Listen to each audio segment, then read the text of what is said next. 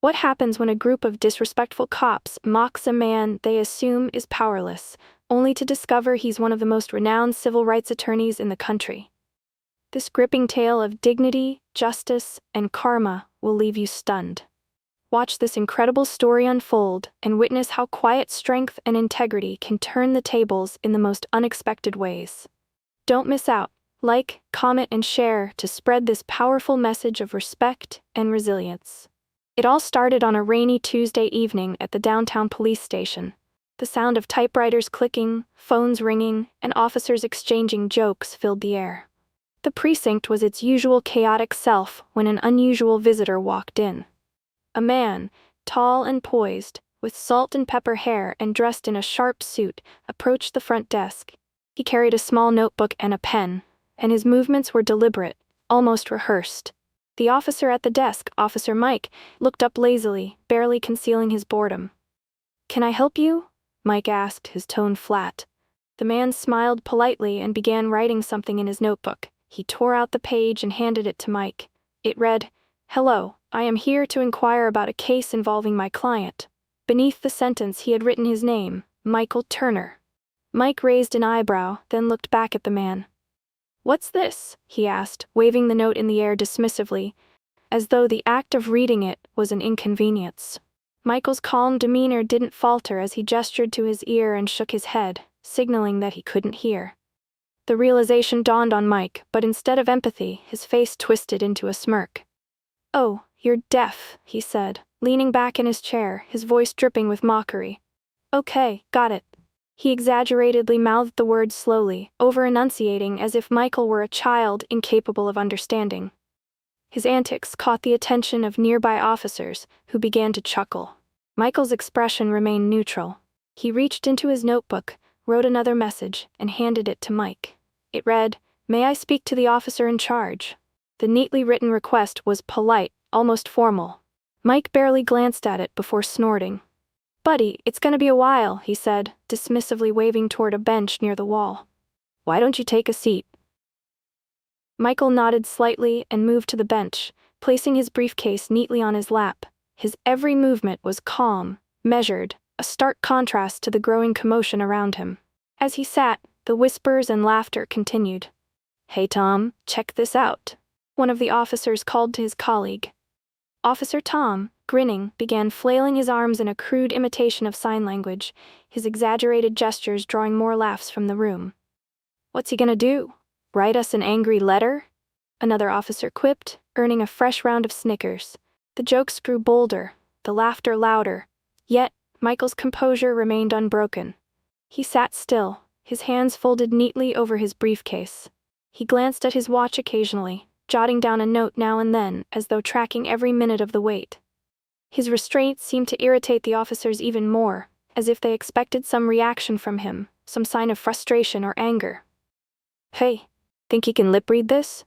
Mike said, mouthing the words, "You're wasting your time," with exaggerated slowness, his colleagues roaring with laughter.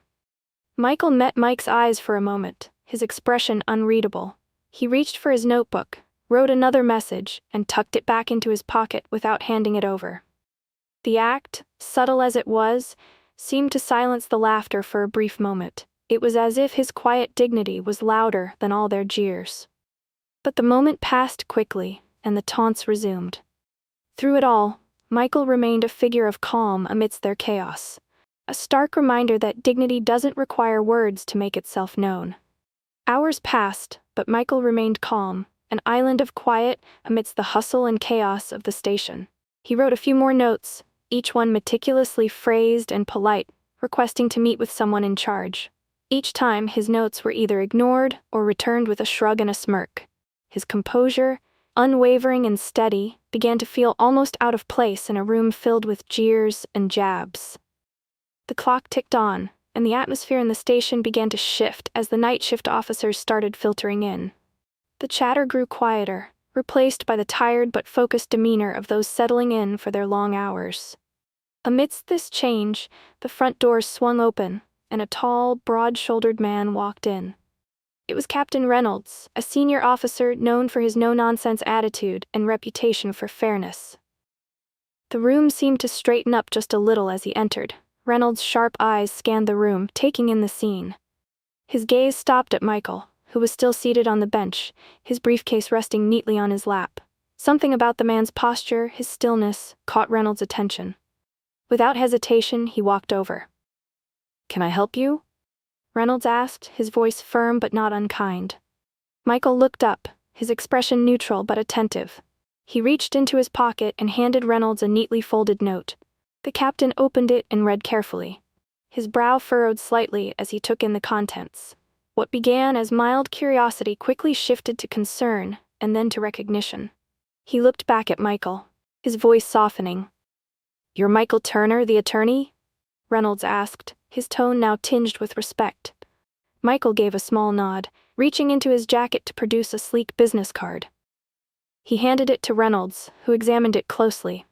His eyes widened slightly as the realization hit him.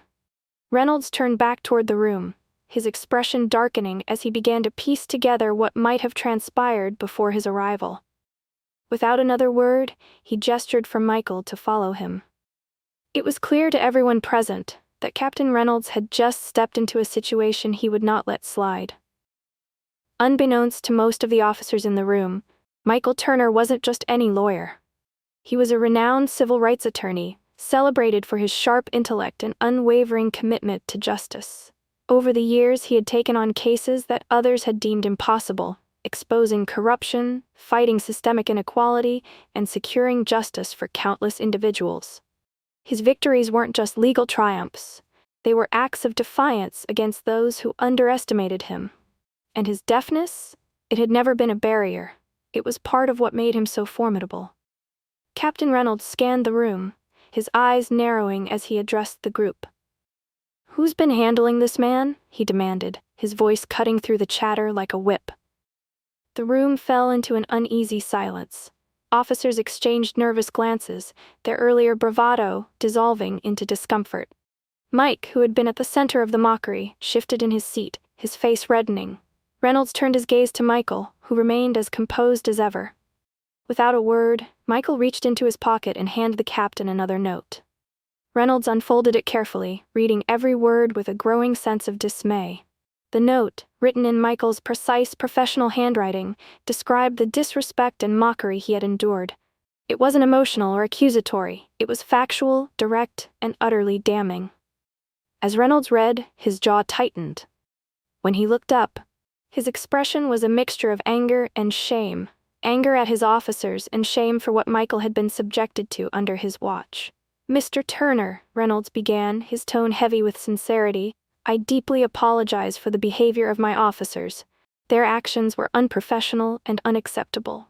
He paused, as though choosing his next words carefully. "Please, come with me. Let's discuss your case in my office." Michael stood, his movements deliberate and calm. As he gathered his briefcase and followed Reynolds, he paused briefly, turning to face the officers who had mocked him. He didn't speak or write anything. He didn't need to. The look in his eyes, a quiet mixture of disappointment and dignity, was more powerful than any words he could have uttered. The room remained silent long after Michael and Reynolds disappeared into the captain's office. The officers, now left to their own thoughts, felt the weight of their actions settling over them like a storm cloud. The laughter that had once filled the room was gone, replaced by an uncomfortable stillness. Inside the captain's office, Reynolds listened intently as Michael outlined his client's case. The professionalism and clarity with which Michael spoke, even without words, left no doubt about his capabilities. Reynolds knew he was in the presence of someone extraordinary, not just a brilliant lawyer, but a man whose strength of character had humbled an entire room. Part 5. Lessons Learned. As Michael followed the captain, he paused and turned back to look at the officers who had mocked him. He didn't need words to express the mixture of disappointment and dignity on his face. His silence spoke louder than any outburst ever could. The aftermath was swift and severe. Reynolds conducted an internal review, and the officers involved in mocking Michael faced disciplinary actions. Sensitivity training was mandated for the entire precinct. The incident became a sobering lesson, reminding everyone that respect should never be contingent on someone's abilities or differences. As for Michael, he won his client's case with the same brilliance and determination he brought to every courtroom. His story became a testament to resilience and dignity, showing that true strength isn't measured by how loudly you speak, but by the impact of your actions. From that day on, the officers at the station learned to think twice before judging someone based on appearances. And Michael, he continued to do what he did best, fighting for justice, one case at a time. Thank you for taking the time to watch this powerful story. It's a reminder that respect and dignity are values we should uphold every day. If this story inspired you, moved you, or made you think differently, we'd love to hear your thoughts. Please take a moment to like this video to show your support. Comment below to share your perspective, and share this story with your friends and family to spread the message. And don't forget to subscribe to our channel for more impactful stories like this one. Your support helps us continue creating meaningful content that makes a difference. Thank you for being part of our journey.